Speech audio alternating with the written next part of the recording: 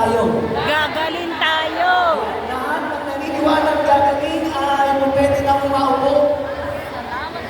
We can see that now in the wonderful presence of the Lord. Hindi hindi. Sinong dalawa? Maganda ka po Bumili lang ng tubig.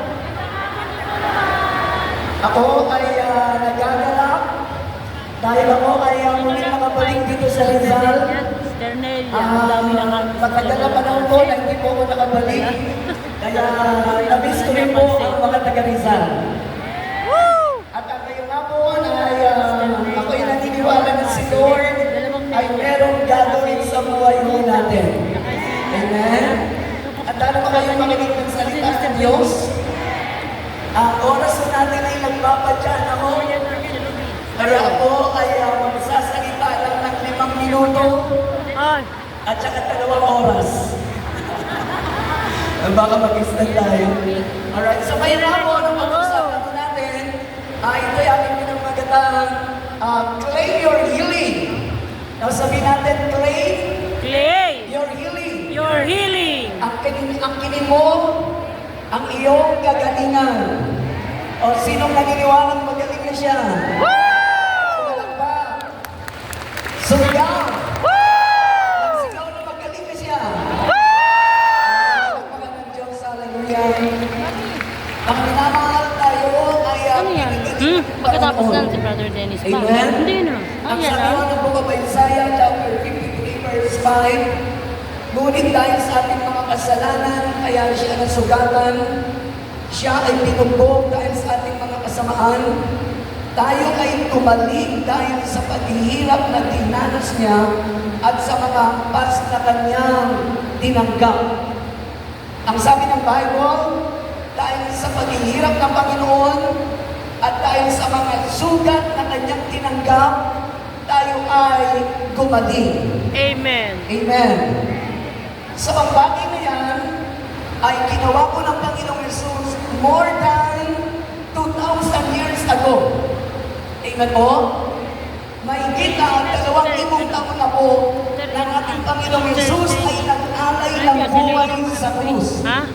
Mahigit 2,000 taon na po ng Panginoon Oo, yung dalawa ay ni Nancy, tumanggap ha? ng mga Yung dalawa ni Nancy. sugat sa krus ng Kalbaryo. Bigay doon? Oo. Ang ibig sabihin niya, Hindi, dinala ang sabi dito. ng Bible, Ewan ko kung saan dinala. Sa mga ng Panginoon na tinamo sa krus ng Kalbaryo, tayo ay pinagaling sa ating mga karamdaman. Amen? So, ibig sabihin, 2,000 taon na pong nakakalipas, tayong lahat pinagaling na ng ating Panginoon. Amen. Amen.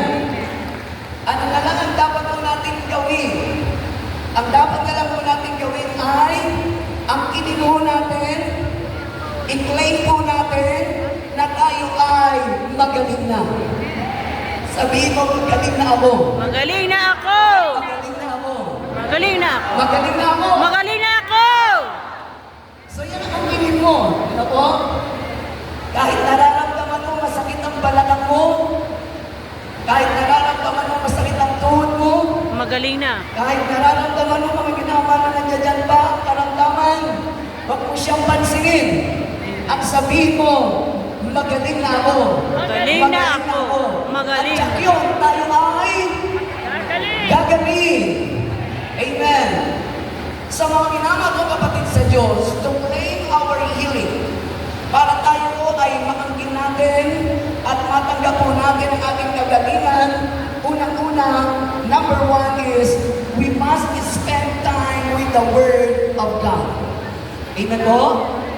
Kung nais mong tumanggap ng kagalingan, kinakailangan tayo ay maglagay o magbigay ng panahon sa salita ng Diyos.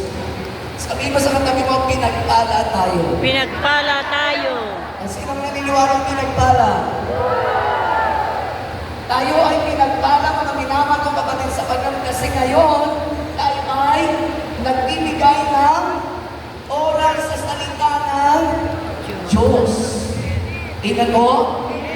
Ang sabi po ng Bible, mga minamahal kong kapatid sa Diyos ating binasa, when your word came, nagsalita ka sa akin. Amen po. Ang sabi ng Bible ay sa sa book of Isaiah, sa ating pong binasa, ang sabi ni Yahweh, sabi ng Bible kay Prophet Jeremiah, when your words came, nagsalita ka sa akin. O sinong naniniwalang si Yahweh ay nagsasalita? Amen. Ang ating Diyos ay nagsasalita. Amen. Talaga. Amen? Amen. Dahil ang ating Diyos ay, Buhay. dahil ang ating Diyos ay, Buhay. buhay. Amen po? Siya si El Shaddai. Ang Diyos na nakakakita. Ang Diyos na nakakarinig. Ang Diyos na nakakapagsalita. At ang Diyos na kayang mag-supply. Amen? Ang ating Diyos ay nakakapagsalita dahil ang ating Diyos ay buhay. Sinabi ni Prophet Jeremiah, your word came to me. Ang iyong salita ay dumating sa akin. Mga minamahal ko kapatid sa Panginoon, napaka pinagpala po tayo at napakalaking pribileyo sa buhay po natin na ngayon tayo ay tumatanggap ng salita ng Diyos. Amen. O sabi mo sa katabi mo, pinagpala tayo. Pinagpala tayo. Kasi ngayon, ang mahalaga sa atin ay walang iba kundi ang salita ng Diyos. Amen. Ang sabi po ng Book of Psalms 119 verse 127, ang sabi ng Bible ay, because I love your commands more than gold, more than pure gold. Hallelujah. Mahal ko ang iyong utos na higit pa kaysa ginto. O sino ang nagmamahal sa salita ng Diyos? Mas mahal pa natin ang Word of God kaysa ginto. Amen. At ako ay naniniwala na ang lahat ng narito ngayon ay pinakita natin sa Diyos na mas mahal natin ang salita ng Diyos kaysa sa ginto. Amen. Amen.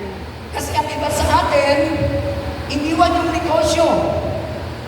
Ang iba sa atin, umabsent sa trabaho. Amen po? Ang iba sa atin ay hindi mo na rumakit. Amen? Di ba? Hindi mo na po tayo nagtrabaho ngayon, mas inuna natin ang pakikinig ng salita ng Panginoon. Kaya ako'y naniniwala na tayong lahat na narito, mas mahal natin ang salita ng Diyos kaysa sa ginto. Amen. Amen. And the Bible declares, ang sabi ng Romans chapter 10 verse 17, kaya't ang pananampalataya ay bunga ng pakikinig at pakikinig naman at ang pakikinig naman ay bunga ng pangangaral tungkol kay Kristo. Ang sabi ng Bible, ang pananampalataya ay bunga ng pakikinig. Mga minamahal, ito ang kahalagahan ng pakikinig ng salita ng Diyos. Na kapag tayo ay nagpapahalaga, pag tayo ay nagbibigay ng oras sa salita ng Panginoon, ang ating pananampalataya ay mas lalong tumitibay, tumatatak, at lalong umuunlad. Amen. Nag-grow tayo by faith, by means of the hearing, and by means of spending time through the Word of God. Amen po? Naalala ko yung babaeng tinutubo, mga minamahal, 12 years ko siyang tinutubo, pumunta na siya sa mga doktor, pero hindi siya mapagaling. Marami na siyang mga gamot na ininom, pero hindi pa rin siya gumaling.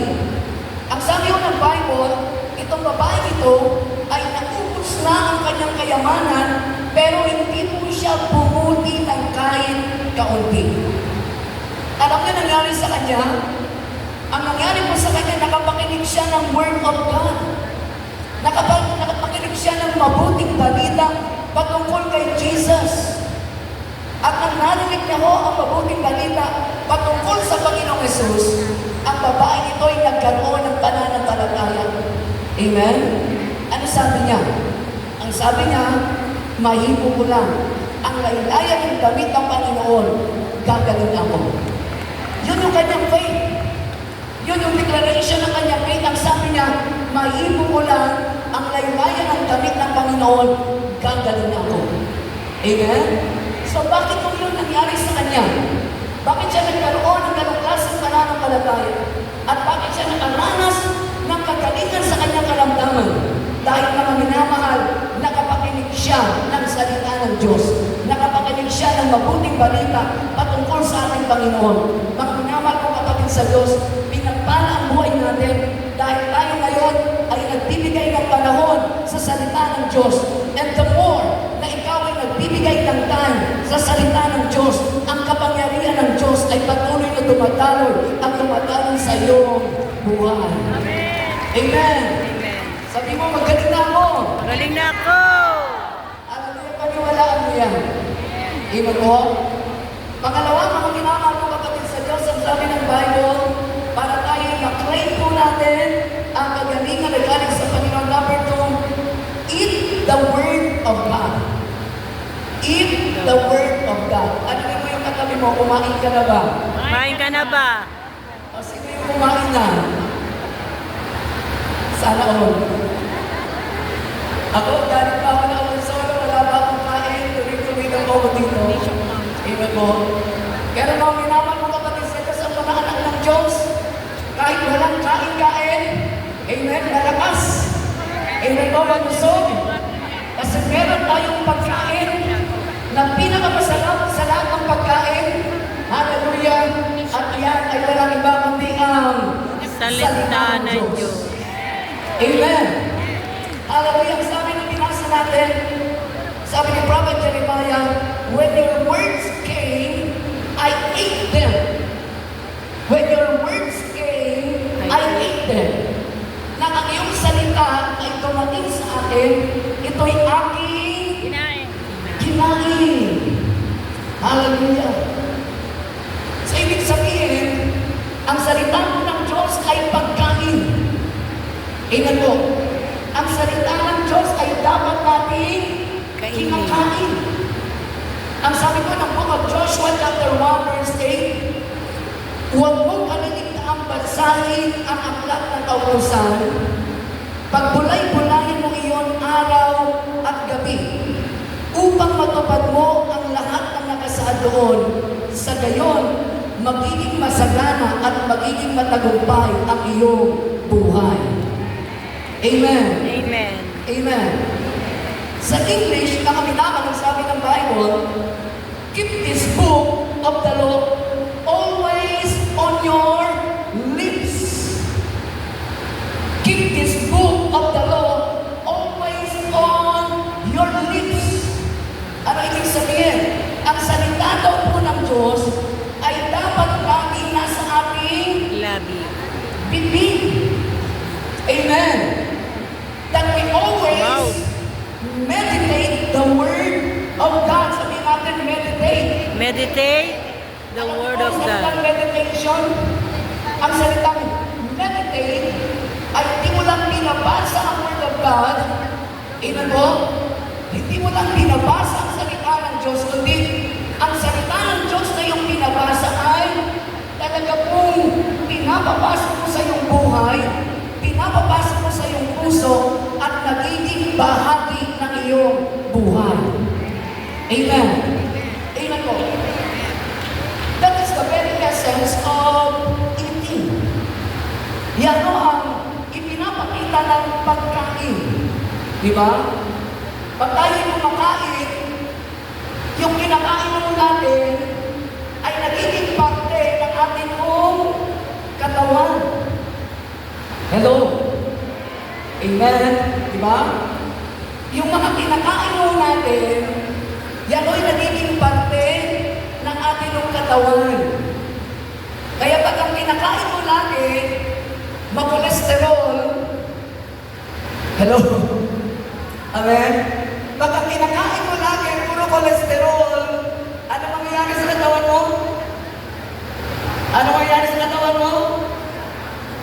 Mapupuno ka ng cholesterol. Amen? Pag ang kinakain mo, puro sugar, mahilig ka sa mga sweet, mahilig ka sa mga matatamis. Amen? Ano mangyayari sa'yo? Ikaw ay ako hindi mo ko mahilig sa sweet. Kasi sweet na ho ako. Joke lang ako. Napatawa ko na kayo ba't masyado kayo seryoso. Amen? Kung ano po yung kinakain ho natin, nagiging part po siya Baron ng Tagalog. natin. Na nagiging bahagi po siya ng ating pong katawan.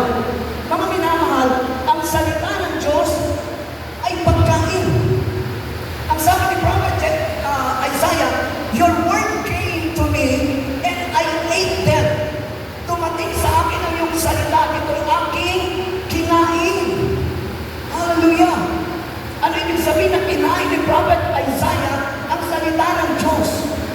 It means, ang Word of God ay naging bahagi mo ng kanyang buhay. Ang Word of God ay naging parte ng kanyang buhay. And the more na ang salita po ng Diyos ay nagiging bahagi ng buhay natin, ang buong buhay natin ay nababalot ng kapangyarihan ng Diyos. Amen. Mababalot ng kapangyarihan ng Diyos. At walang puwang ang karamdaman sa ating katawan. Amen? Dahil ang ating buhay, ang ating katawan ay pinaghaharian ng salita ng Diyos. Amen po? Ang sabi po ni David in the book of Psalms, chapter 23, verse 5, ganito po ang sabi niya, ipinaganda mo ako ng salong-salo na nakikita nitong mga kalaban ko. Sa aking ulo langis ay ibinubuhos, sa aking salo pagpapalay lubos. O sino gusto tumanggap ng pagpapalang lubos? Hallelujah! Ang sabi ni David, kanyang salita, ang sabi niya ay, ipinaganda mo ako ng salong-salo. O sabi mo sa katabi mo, si Lord, Lord, may inihanda nayanda para sa'yo. para sa iyo. Ano inihanda niya? Salita. Ano inihanda niya? Salo-salo. Amen? Kaya nandito tayo ngayon. Kasi si Lord naganda. At ngayon tayo nagsasalo-salo ng salita ng Diyos. Amen? Hallelujah. At ang sabi ni David, sabi niya ay, ipinaganda ko ng salo-salo na nakikita ng mga kalaban ko. So si David, meron siyang kalaban, pero sa gitna ng labanan, ang ginawa ng Diyos, naganda ang Panginoon ng salo-salo. Amen. Mga pinamahal, pagpala po tayo, ano po? Pagpala po tayo ay tumaraan ng labanan. Baka buhay natin ay merong pakikipagdigma.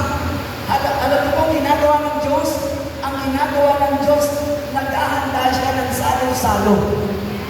Amen? Amen. Naghahanda ang Diyos ng salo-salo para tayo ay makakain. At anong dapat natin kainin? Anong dapat natin kainin? Ang salita mo ng Diyos. Amen? Ang sabi po ng Book of Numbers, chapter 14, verse 9, sabi po ng Bible ay, only rebel ye against the Lord, neither fear ye the people of the Lord, for they are bread for us. Their defense is departed from them, and the Lord is with us.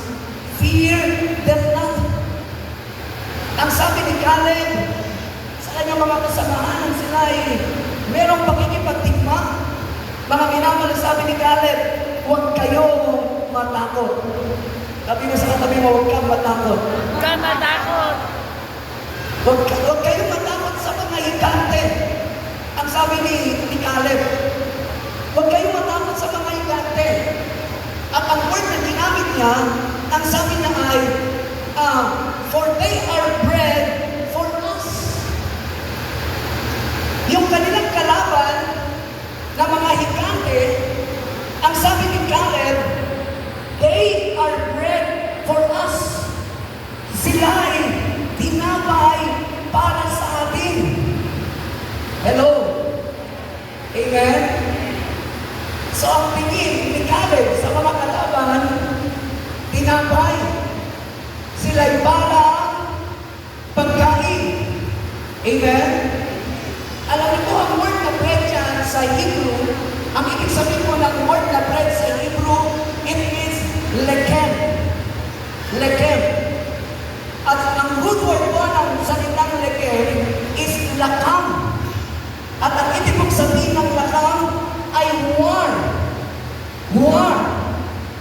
Hello? Nasusundan niyo po ako? Amen. Yung word na bread sa Hebrew is lekem. Sa English, bread. Ang root word ng salitang lekem ay lakam. At ang ibig sabihin ng word na lakam in English is war. So yung war at saka yung bread, iisang salita lang po. Are you listening? Amen?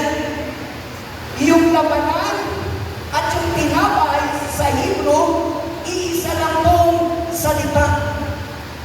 Bakit pinagsama ng Diyos ang tinapay at ang labanan? Ang ibig sabihin yan? Ibig sabihin yan, mga minamahal, when we are facing a battle, pag tayo may umarap ng pakikipaglaban, pag ang buhay natin ay merong pakikipagdigma, anong dapat natin gawin? Ang dapat natin gawin ay kumain tayo. Hello? Kumain tayo. Amen? Sabi mo sa tabi mo, kumain tayo. Kumain tayo. Ano dapat natin kainin? Salita ng Diyos. Ano tayo marinig? Salita ng Diyos. Kumain tayo ng salita ng Diyos. Amen? Hallelujah. Ha? Ano nangyayari pag kumakain ka? Ewan ko. Gusto naman ng Ano ba? Ha? Ano nangyayari pag kumakain ka? Ma'am to, ewan Lahat ko. ng lumalakas na sabi ng praise the Meron Lord. doon. Pag kumakain tayo, lumalakas tayo. Amen? Pero pag meron kang karamdaman, pag meron kang sakit, ano nangyayari? Nangihina. Amen? Kasi ang karamdaman, ang sakit, ay ginagawa po nila sa ating katawan, pinangihina po tayo. Are you listening? Ang ginagawa ng karamdaman sa buhay po natin, pinangihina po ang ating katawan. Pag humina yung ating katawan, humihina po ang ating immune system. Pag humina po ang ating immune system, mga minamali, hindi na natin kayang labanan ang karamdaman. Are you listening? Eh, pag meron tayong sakit, pag meron tayong naramdaman, mga minaman, anong dapat natin gawin? Ang dapat natin gawin, kumain ka, kumain ka, kumain ka, at kumain ka, at kumain ka ng salita ng Diyos. Hindi naman doon nakaharap. Amen. Eat plenty of the Word of God. Tumanggap ka ng salita ng Diyos. Habang meron kang karamdaman, habang meron kang sakit, tumanggap ng salita ng Diyos. Pag ikaw ay laging tumatanggap ng Word of God, lalong sisigla, lalakas ang iyong katawan, at mawawala ang iyong karamdaman. Amen? Amen. Amen po? So for us to have and claim our healing, mga minamali, spend time with the Word of God and eat the Word of God. Kainin. Amen? And number 3 is, know that you are a child of God. Alamin mo na ikaw ay anak ng Diyos. Sabi mo sa tabi mo, anak tayo ng Diyos. Anak tayo ng Diyos. At tayo anak ng Diyos, tayo ay malusog. Diba? Like father, Like son. like mother, Like son. like son, like father, Like son. like daughters. Amen? Ang ating Ama na sa El Shaddai, walang karamdaman. Ang ating Ama na nasa langit, walang sakit. Ang ating Ama na nasa langit, walang problema. At ganyan din ang mga anak ng Diyos. Know that you are a child of God. Alamin mo na ikaw ay anak ng Diyos. Ang sabi ng binasa natin, when your word came, I ate them. They were my joy in my heart and my heart's delight. For I bear your name, Lord God Almighty. Ang iyong pangalan ay taglay-taglay ko. Sabi mo sa tabi mo, taglay-taglay natin Taglay-taglay na. ang pangalan ng Diyos. Amen po? O sinong naniniwalang taglay-taglay niya ang pangalan ng Diyos? O diba sa buhay natin, taglay-taglay natin ang pangalan ng tatay natin. Are you listening? Diba? Taglay-taglay natin ang pangalan ng tatay natin. Taglay-taglay natin ang pangalan ng nanay natin. Bakit? Kasi tayo'y kanilang anak. Diba po? Hindi mo pwede na yung pangalan ng tatay ng kapitbahay mo magiging pangalan mo. Are you listening? Hindi mo pwede yung pangalan ng tatay ng kapitbahay mo ang iyong taglay-taglay na pangalan. Hindi po. Kasi hindi ka niya anak. Amen? Mga minamahal, tayo'y anak ng Diyos. At dahil tayo po'y anak ng Diyos, taglay-taglay po natin ang pangalan ng Diyos. Amen? Taglay-taglay natin ang pangalan ng Diyos. And what is the name that we bear in our life? Ano bang pangalan ang daladala natin sa ating pong buhay? Ang sabi ng John chapter 17 verse 11, I will remain in the world no longer, but they are still in the world.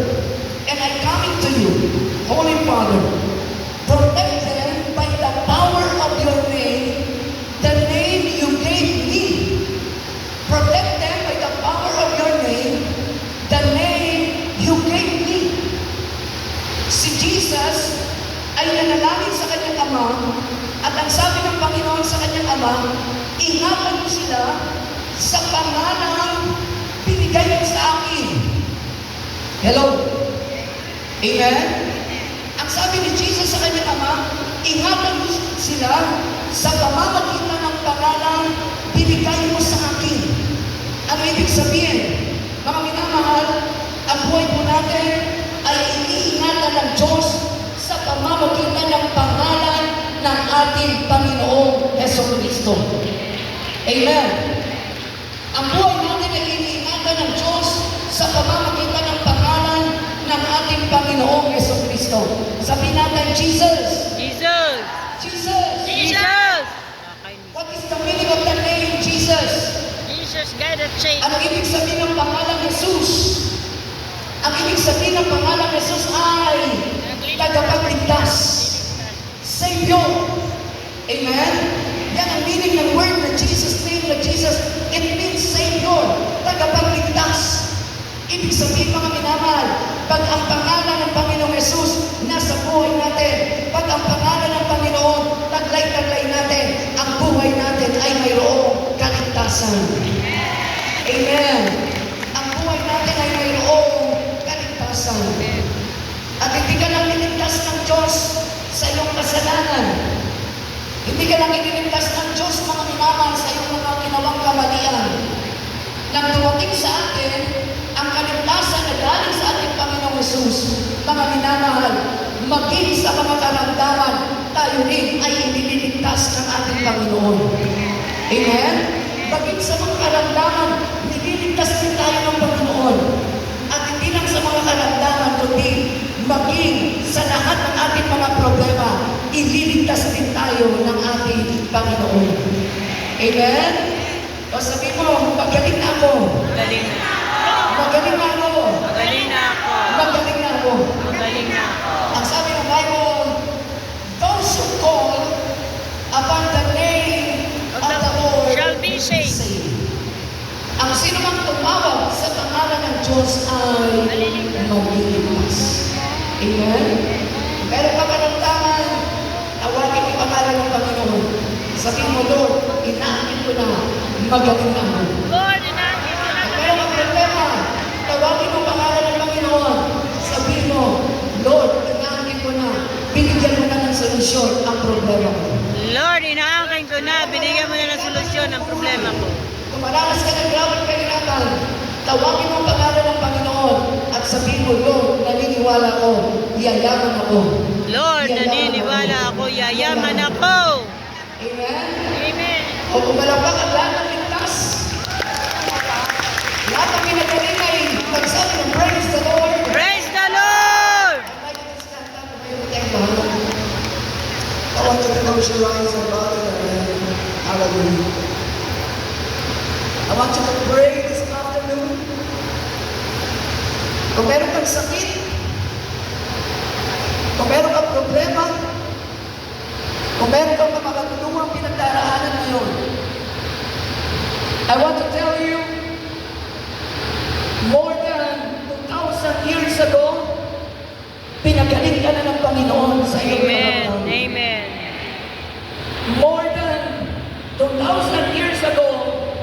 Dinala na ng Panginoon lahat ng hirap ng ating mga buhay para ang buhay natin ay kuminhawa. Let's claim it.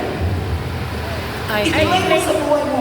I claim it. I-claim mo na pinagaling ka na ng Panginoon. I claim it. I-claim mo na binigyan na ni Lord ng solusyon ng iyong problema.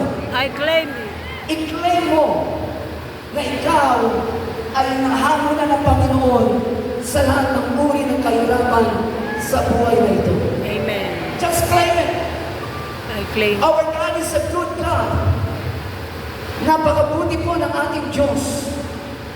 Ang Diyos na sinasamba natin ay napakabuti. He is the Almighty God.